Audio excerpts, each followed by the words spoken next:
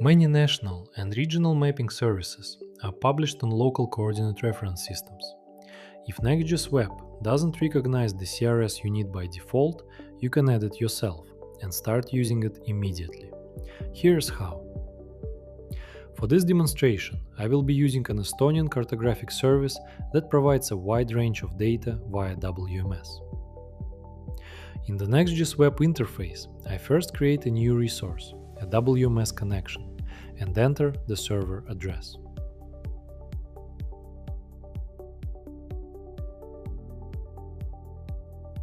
Then I create another resource, a WMS layer. Here I select the WMS connection I have just created, and I can already see the list of layers available from this service.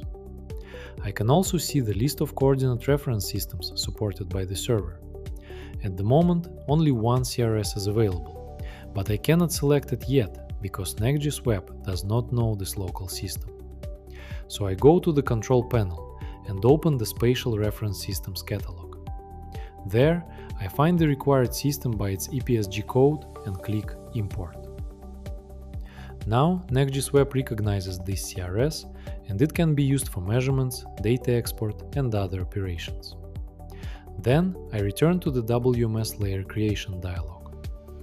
Once again, I select the WMS connection I created earlier, choose the layers I need, and now the coordinate reference system selector is active as well, so I can finalize the resource creation. Let's open the preview of the created WMS layer. Here I can already see the data from the Estonian cartographic service. That's it. Now I can add this resource to my web maps and combine it with my own data. If you want to try this yourself, you can set up a free NextGIS Web instance. The link is in the description. NextGIS Web is an open-source Web GIS server with a strong focus on QGIS integration.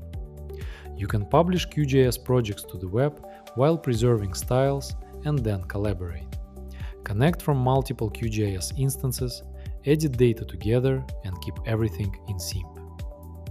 NextGIS Web is available as a cloud service, and it can also be deployed on your own server for full control and more resources. You can also check out the source code on GitHub.